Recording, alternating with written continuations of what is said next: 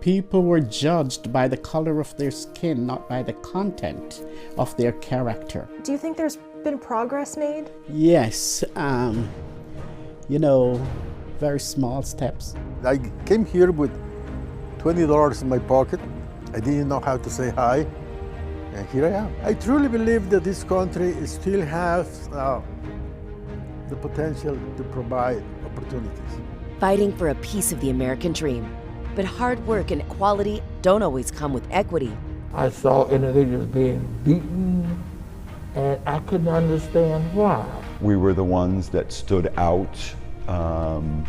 It wasn't once or twice that we would come home beat up. In the old days, women cannot come legally to the U.S. It's part of the immigration law that don't want the Chinese to be here permanently. Why are they shying the cameras away from our indigenous people that have gone missing? We were afraid to talk, but now it's like, get out of the way, because here we come.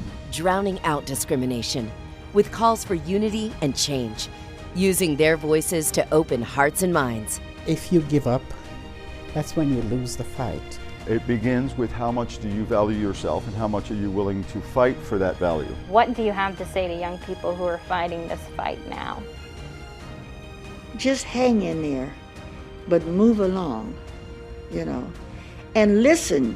This is Project Community, History and Hope.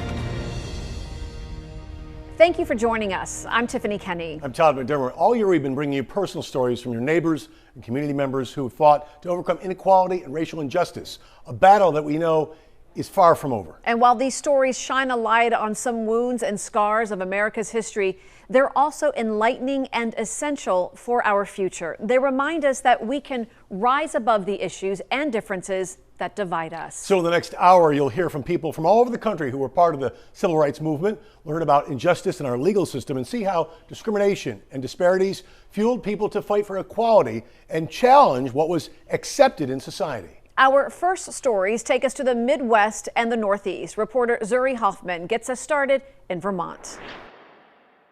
This is me here in a book titled Legendary Locals of Burlington. There are a lot of things 67-year-old Patrick Brown is proud of. Racial Justice Alliance honored me last July. Originally from Jamaica, he moved to Vermont to get his master's degree at St. Michael's College and never left. This is a Lifetime Achievement Award from the city of Burlington. It was here where a life of activism found him. Rodney King, a black man in Los Angeles, was beaten. The white officers were acquitted, and that called for significant, just like with George Floyd, outrage. That's when he says he realized discrimination existed. People were judged by the color of their skin, not by the content of their character. In 1991, Brown used the outrage over the beating of Rodney King as a call to action. There were 1,500 people standing right here in front of City Hall. 30 years later, he's still raising his voice. I am here as a voice for the voiceless. Trying to have hard conversations about race in a state where less than 2% of the population is black. The face of Burlington has changed. Brown lobbied Vermont to make Martin Luther King Day a state holiday and started the Greater Burlington Multicultural Center as a way to bring diverse speakers to the state's largest city. I believe that it is a privilege and honor to be able to represent the voiceless in society. I realize that you cannot fight for your rights without fighting for everyone's rights. Every one of us has the power to coexist peacefully, to be effective, dynamic leaders, and to actually be the change that is needed. Fast forward to 2020. What did you think when you saw that video of George Floyd? I know a lot of people said, I can't even watch this. I am so glad you asked that question, because it's nothing new. When you talk about racial discrimination, racial disparity, racial injustice, that has been the way things have been characterized forever. What needs to change? There needs to be diversity in leadership, which we lack, the sensitivity, which we lack. Do you think there's been progress made? Yes, very small steps. Sometimes I think we've gone backwards. If you give up, that's when you lose the fight. And so a lot of this will not go away.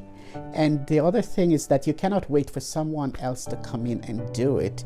If you started it, then you must finish the work. I'm Suzanne Lee. I'm first generation Chinese American, and I've been in Boston since 1961. What was that year like for you when you moved here?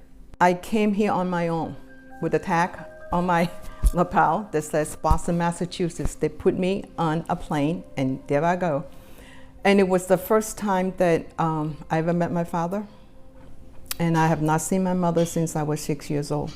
Why did your family come to the United States and leave you behind? It's my family story. It's also similar to a lot of families in that generation. In the old days, women cannot come legally to the US. It's part of the immigration law. Essentially, your family was broken apart because of federal law. The Chinese Exclusion Act of 1882, that was the first time they ever passed a federal law. They exclude an ethnic group, the only time. It says that all Chinese cannot come, except for if you're a scholar or a business person, but nobody can become a citizen. So if you're not a citizen, then you can't bring your family here. And that law existed until after World War II. It wasn't just to say, we only want you here to work, but by excluding women, you couldn't grow roots. That's you right. wouldn't be able to have Chinese families in these communities. It is the ingenious piece of legislation. It did what it meant to do, that don't want the Chinese to be here permanently. That's ingrained racism, would you say? Institutionalized, and it's done by the government. And it sets the tone. It sets the tone of how the rest of the population would see the Chinese, that they are foreigners. My father has been here since 1938. And my grandfather has been here since 1887. In normal circumstances, I would have been third generation. So you're constantly aware that you are in somebody else's house. You are in somebody else's country. Whether or not that is true or not, but that's how ingrained it is. We have seen this rash of hate crimes against Asian Americans all across this country. Mm. Is it new? The biggest lynching in the US history was in LA, Chinatown. 18 men were lynched. I think most Americans don't know that. Yes, because that history is not taught. It's not seen as part of American history. When you hear of this recent violence against Asian Americans, what goes through your head? People see you a certain way. And when the government have these kind of policy and set this tone, it gives license to people to do whatever they want. There was a scapegoat, just like the 1882 Exclusion Act. That was for economic reason.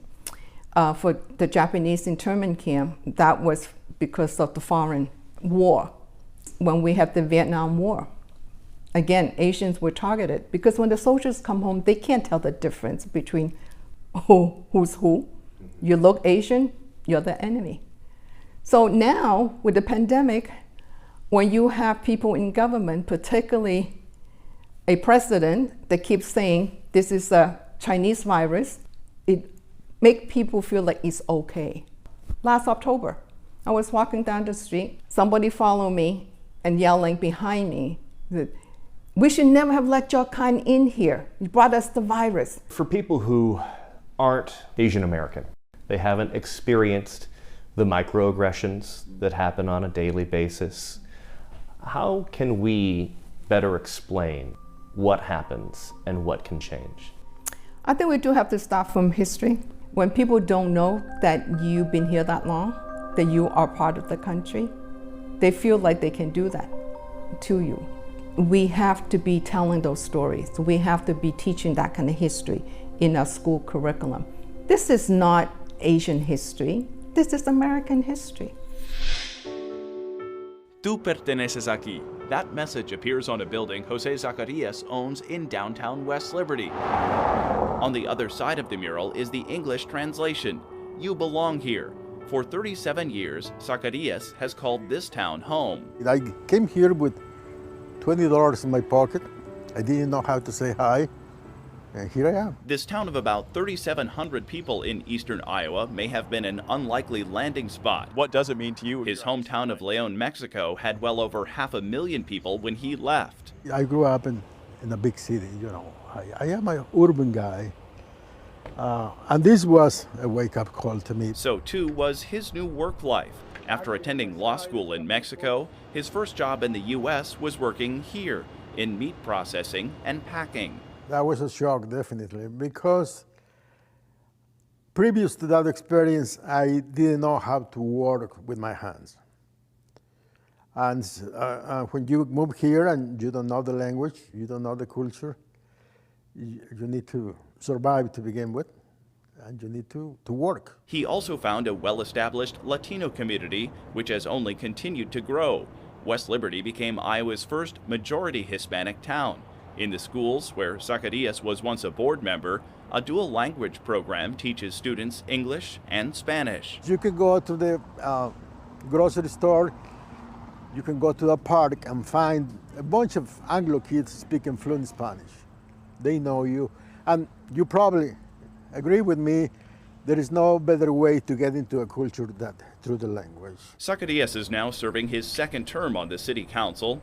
The miniature Statue of Liberty in front of the building is emblematic of Ellis Island and so many immigrants who arrive to start a new life. For Zacarias, it has been a good life and a rewarding one. I truly believe that this country still has the potential to provide opportunities if you put yourself in the position to make use of those opportunities. West Liberty recently gained another first. In addition to being Iowa's first majority Hispanic city, it's now the first city or town to have a majority Latino city council. After the election in November, 4 of the 5 city council seats are now held by Latinos. And still ahead, searching for strength during the struggle. I lost my belief in God because of what we went through. Next, he lost, but then regained his faith, even in the face of racism and discrimination. The lessons learned by this civil rights leader. When I was in first grade, we were imprisoned. I'm a prisoner of war. Ancestry is not a crime. Born in America, portrayed as an enemy, but decades later, still optimistic we can learn from mistakes. We have to make for a better America. When I play my horn, I want them to feel a sense of liberty. Freedom and happiness. What more does anybody want? Every note he plays is a nod to his Puerto Rican roots. The culture of music, when Project Community, History and Hope continues.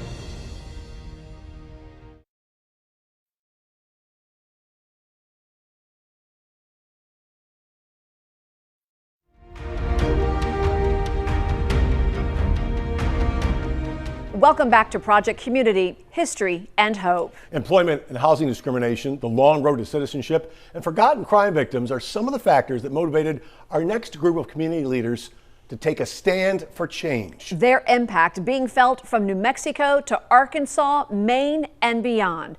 Reporter Talia Clark begins with Gerald Talbot's story. It was hard, but in the back of my mind, I could see that something isn't right here. Gerald E. Talbot grew up in the state of Maine. There was prejudice and discrimination, and I was running into it.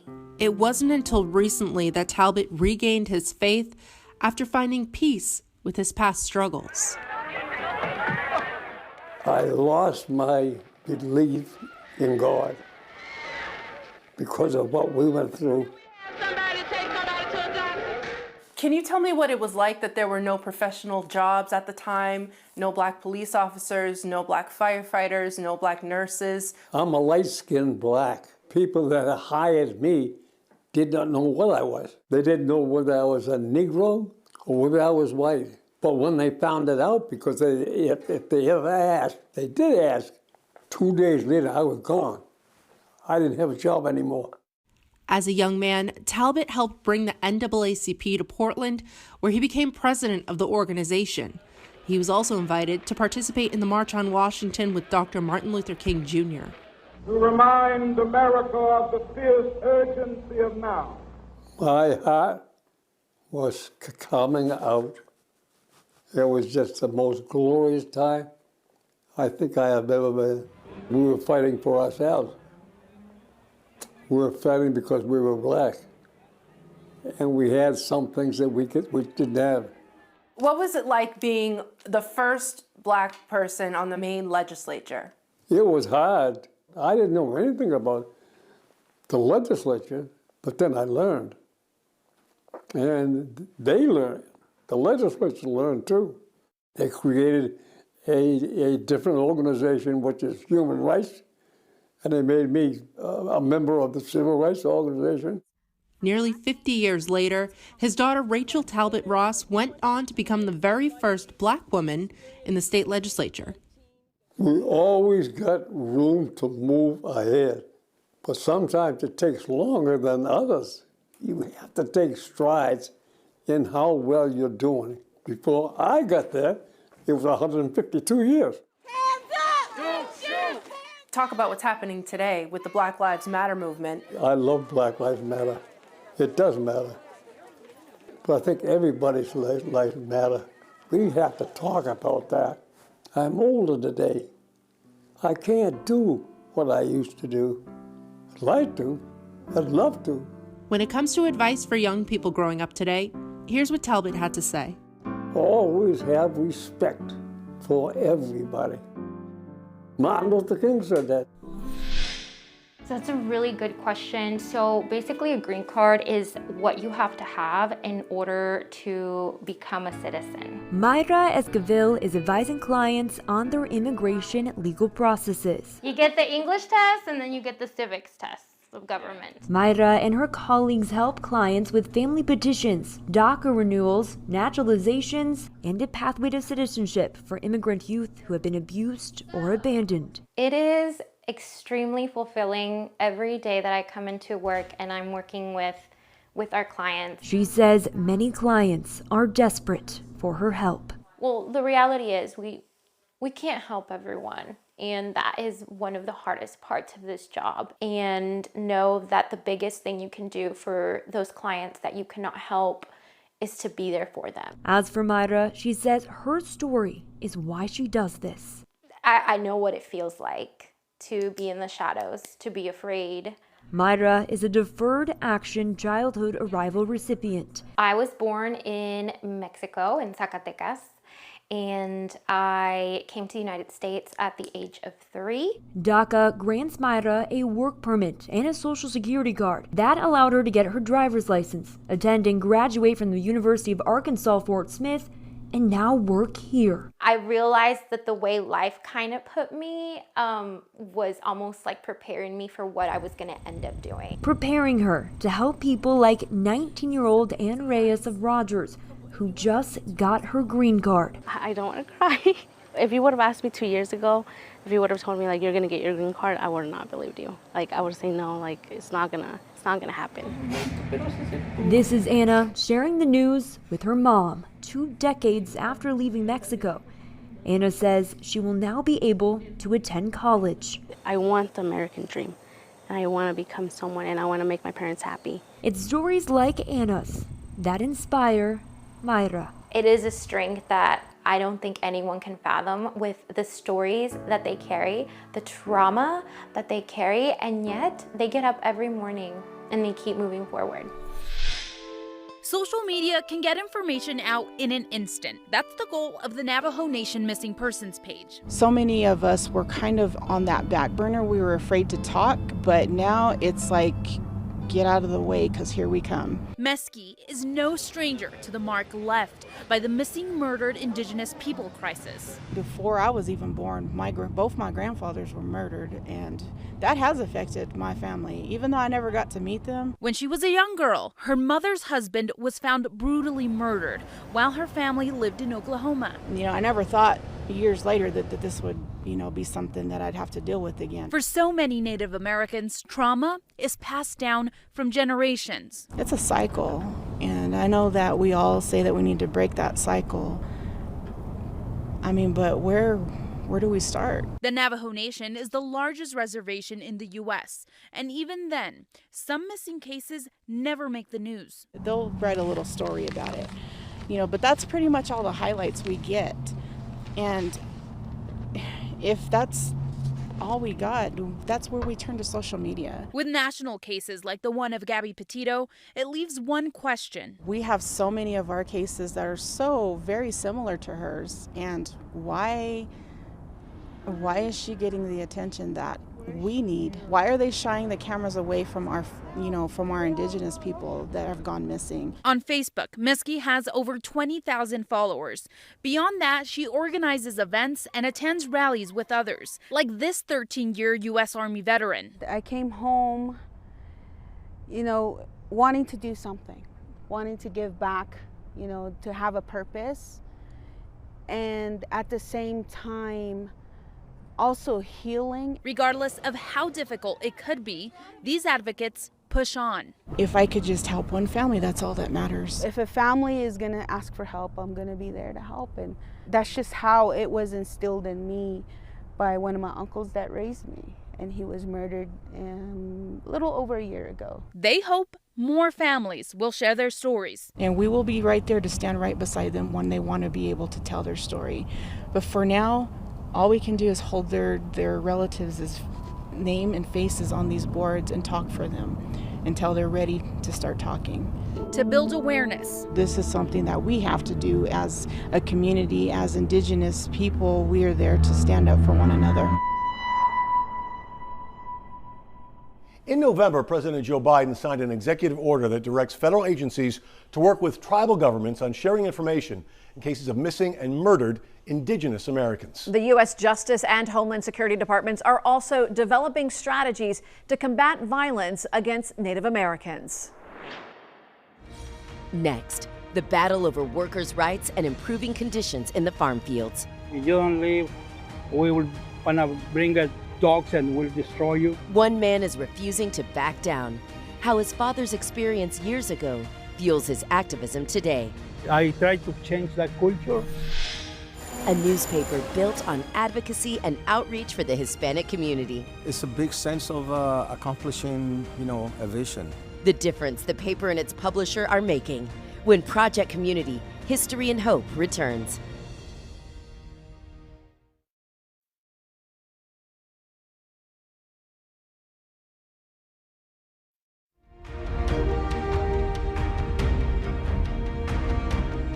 Immigrants coming to the United States in search of a better environment and life don't always encounter the best conditions while they work to provide for themselves and for their families. The Hispanic community has been especially vulnerable when it comes to farm work across the country. But fortunately, there are some fearless advocates devoting their lives to fighting for better conditions. Brittany Johnson talks with one of those activists in California. A cucumber field. 500 acres of produce, resting under the hot sun and ready for harvest. Luis Magaña's office for the day. His mission, Tenemos poquito tiempo. helping farm workers with anything they need. O de tres, el verde. Today, he's handing out face coverings to help protect against the coronavirus Que el trabajador. and encouraging workers to get their COVID vaccinations. Some of them are vaccinated already. The 65-year-old advocate is not always welcomed by landowners. Part of his work includes exposing lack of access to basic needs. They question me, what you doing? They treat me okay, or you don't leave, we call the sheriff. If you don't leave, we will bring dogs and will destroy you. These threats are not new to Luis. He and his family came to Stockton from Michoacan, Mexico in 1967. His father was a bracero, one of thousands of Mexicans hired to work in the United States during World War II. The program guaranteed decent living conditions and pay. Luis says that didn't happen. Braceros were housed in overcrowded shacks, cheated out of pay, subjected to racism, and some enslaved. He told me many stories, and I feeling how they don't change the situation. Then I become a farm worker and don't see too much difference of that story. Ya que estaba toda seca. Following in his father's footsteps, for 30 years, Luis picked and planted in the San Joaquin Valley. Luis says decades later, it's the same fight. But now we have issues in the community, racism, discrimination, lack of opportunities to study our kids. While working in the fields, he organized numerous strikes that he said led to increased pay. Luis tells me about some of the problems and challenges workers face today. They bring water, but limit the time to get the water. People can have an accident in these machines. He says the work can also be deadly. No one truly knows how many people have lost their lives working in these fields. According to Luis, deaths, even injuries, often go unreported by landowners. Because of that, he educates workers on the importance of knowing their right. And they don't know that that has to be reported. So I try to change that culture, that report it. Not just for you, for all the working workers. Although progress is being made, Luis knows there's still a long way to go. He remains hopeful that one day there will be no more injustices. So every day when I wake up, I said, I am going to this place, to other place, to at least to do something, to a little change. When I got there, they didn't ask me nothing. They took me directly to a cell. Wrongly arrested and on death row at 13 years old. I said, I haven't done anything. The reality of racism in the 1960s and his advice for black youth today. Customs and traditions celebrated for generations, the importance of passing them down and preserving the past. A costume is what you wear when you're pretending to be something. We are not pretending, this is us.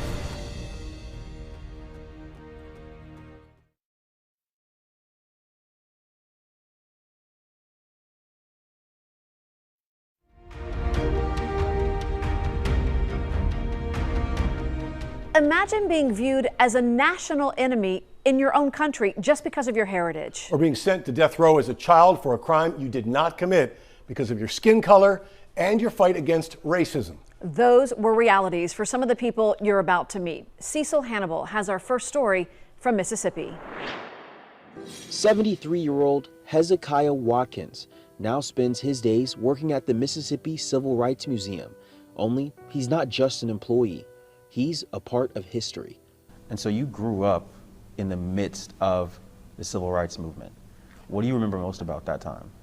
Well, I remember watching the evening news.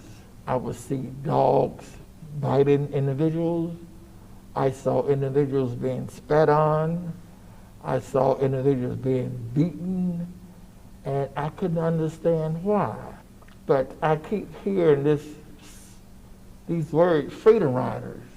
The Freedom Riders traveled throughout the South protesting segregation and Jim Crow laws. In 1961, they came to Jackson.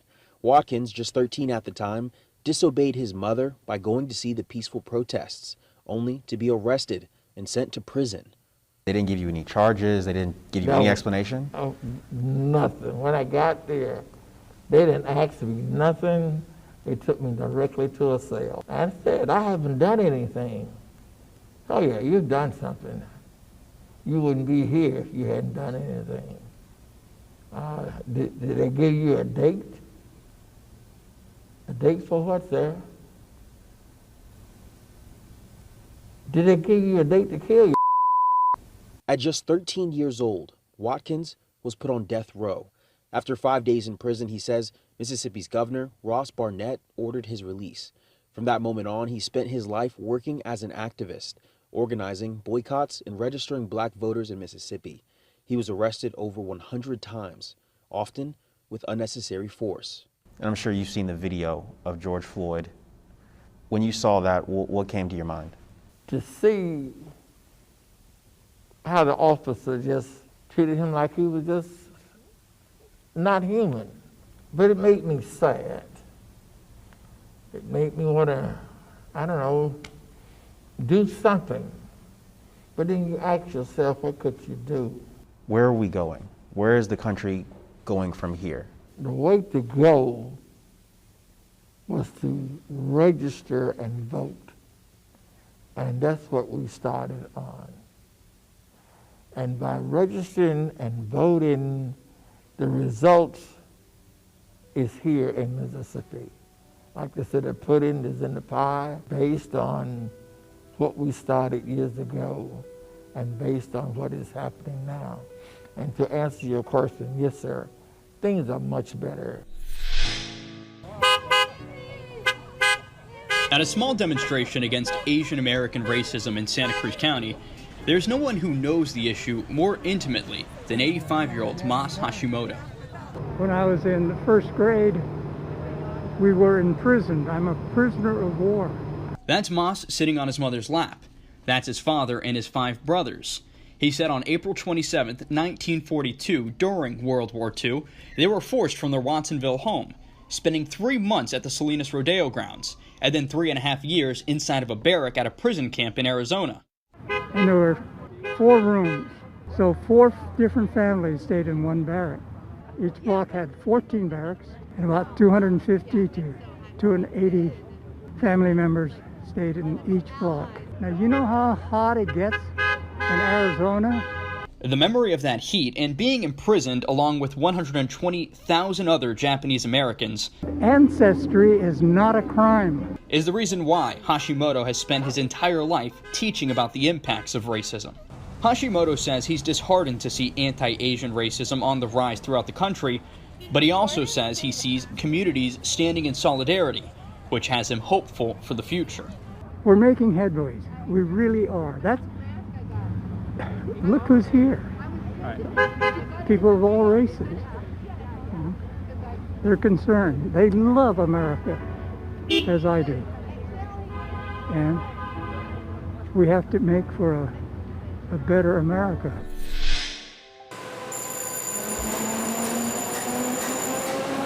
Print. This run here is 6,000 papers. Stack. Load. Deliver. Buenas tardes. Wilfredo Leon, a retired industrial engineer, is now the editor of the Latino newspaper, delivering papers, but also a way forward for Latinos in the upstate and beyond. It's a big sense of accomplishing, a vision. He arrived here from Puerto Rico in 1985. I met somebody who took me around and showed me the reality of Hispanics in Greenville. And so began his mission: form an alliance and help Latinos in the area feel more connected. An issue having to do with food stamps, or an issue having to do with healthcare, or an issue having to do with legal. So we would identify in the group who could help. Non-Hispanic community leaders quickly noticed, like the Greenville Hospital System. They created a program for interpretation. Hispanic patients and families needed help. And it is significant because, before you had to go find somebody to take you there, or you had to pay somebody to do the interpretation for you. Now you don't have to. Statewide lawmakers also took notice. In 1999, he pushed to revamp the focus of the Commission on Minority Affairs in South Carolina. But the law created the organization and gave it responsibility for issues affecting African Americans only. So, Wilfredo joined South Carolina Governor Jim Hodges' task force to help minorities. So one of the first recommendations to Governor Hodges was to amend the law and give the commission responsibility for all minorities. Wilfredo says his eagerness to help others lies in his Puerto Rican roots and memories of his mother. I always saw her helping people, and I guess it's contagious. And as he looks forward, Wilfredo says there's one area Hispanics still need to deliver on. I think we need to start developing political leadership. And I think we need to do that by volunteering our time. And eventually, we will not be the volunteer. we will be the candidate. What we're celebrating is the contributions that are made by all of us. Since arriving in Greenville, Wilfredo says his goal has been to build bridges and light the way for others. Which brings us back to that front page, shining bright each and every week for the last 25 years. What would this planet be without the sun? And it's not just a light, it's hope.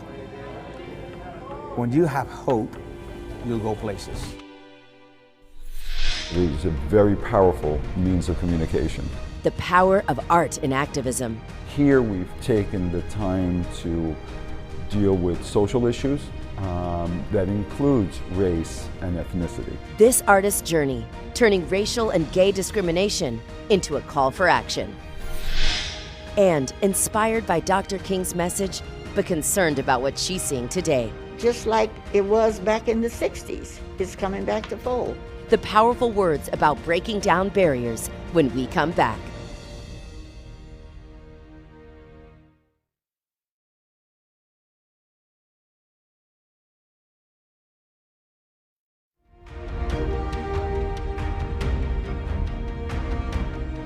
Welcome back to Project Community, History and Hope. Activism and spreading awareness of different cultures can come in different forms of creative expression: dance, painting, and music. Our next stories show the power of the arts in protest, teaching history, and passing on customs and traditions. Our first stop is in Vermont with reporter Liz Strepa.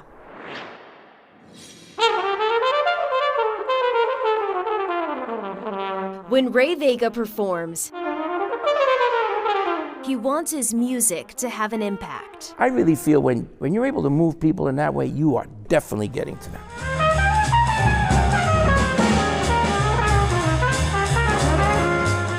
The Puerto Rican musician from New York City now calls Burlington, Vermont home, where he regularly entertains audiences with Latin jazz at Hotel Vermont.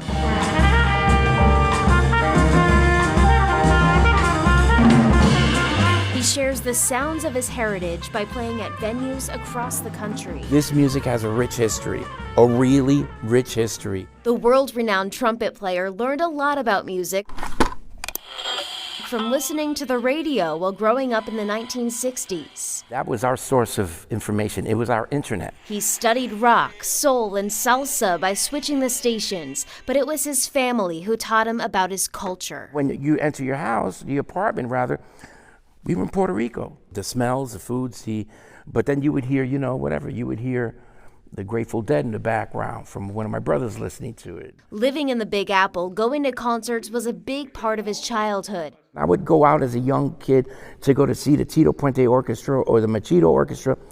They were playing for dancers, but then they would have numbers where they were doing the Latin rhythms, but with jazz improvisation over it.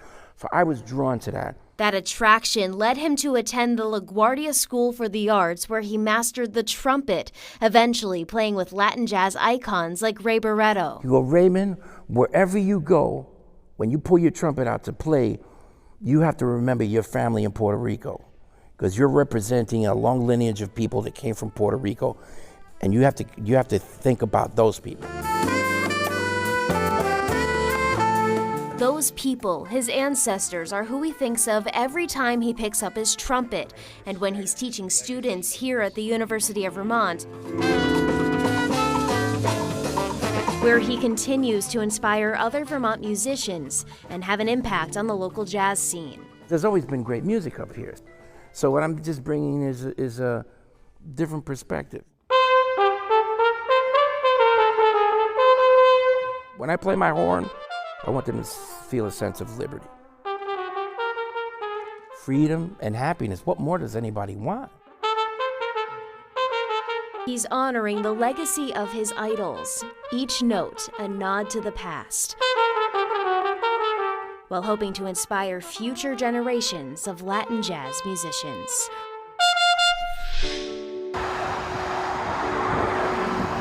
Inside the Box Gallery in West Palm Beach, curator Rolando Chang Barrero, also known as the Birdman, creates his next piece.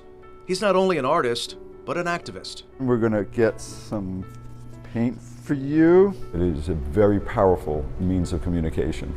This project was for gay pride, whether it deals with Cuba, whether it deals with my homosexuality because I'm gay and I'm part of the LGBT community. The artwork also stems from that larger than life image so that it hits you.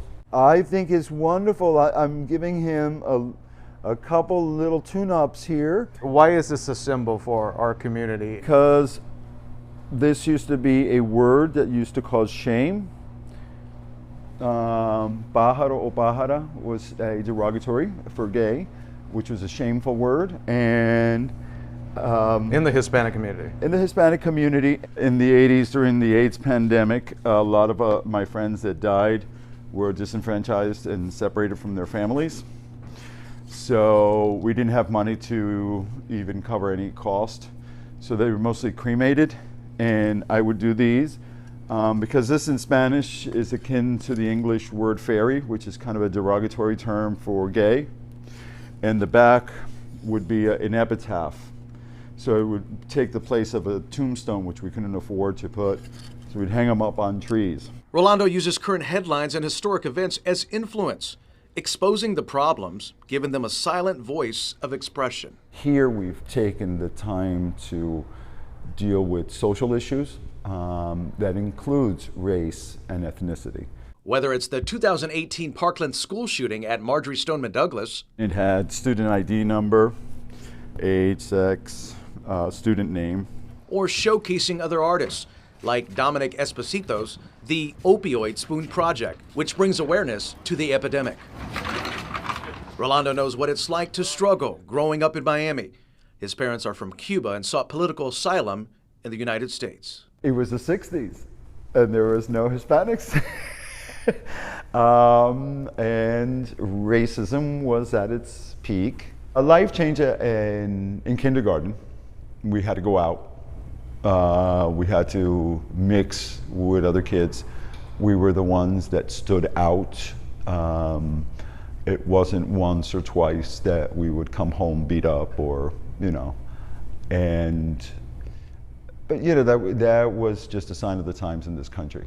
He says inequality is still rampant, but he uses it to promote positive change in the community. How do we reach that point where we, as Hispanics, will be on equal playing field? It begins with how much do you value yourself and how much are you willing to fight for that value. Rolando has always drawn outside the lines, using art to make people think outside the box, which he wants to instill in young artists.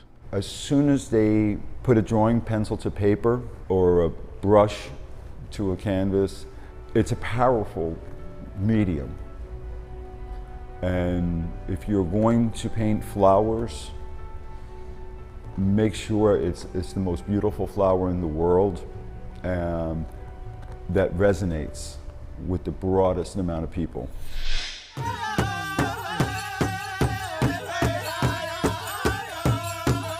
Native Americans have a way of honoring life and honoring the things that provide us life that are natural in this world. Every dance is an expression, a language in itself.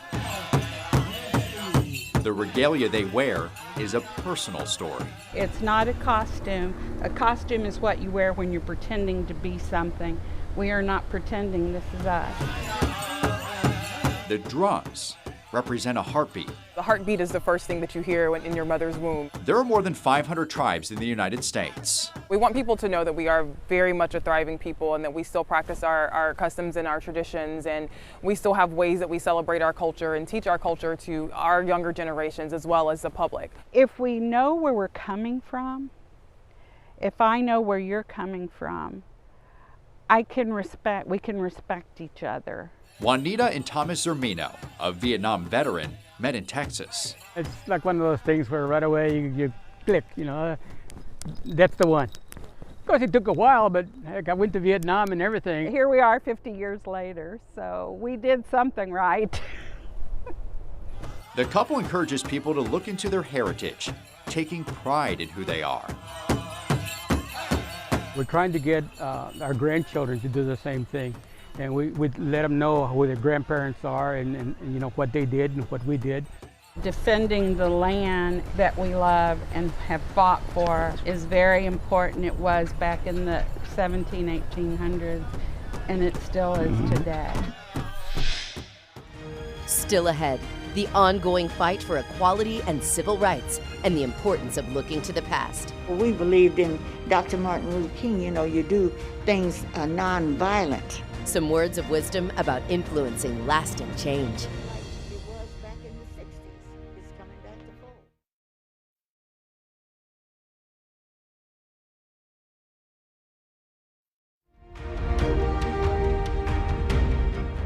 People who fought in the 1960s for civil rights believe the last 2 years in America show there is still work to do in the fight against racism and discrimination. Their advice to the next generation as they push forward for equality is to start in the past. Reporter Jasmine Putney brings us some powerful perspective from Nebraska. Right here.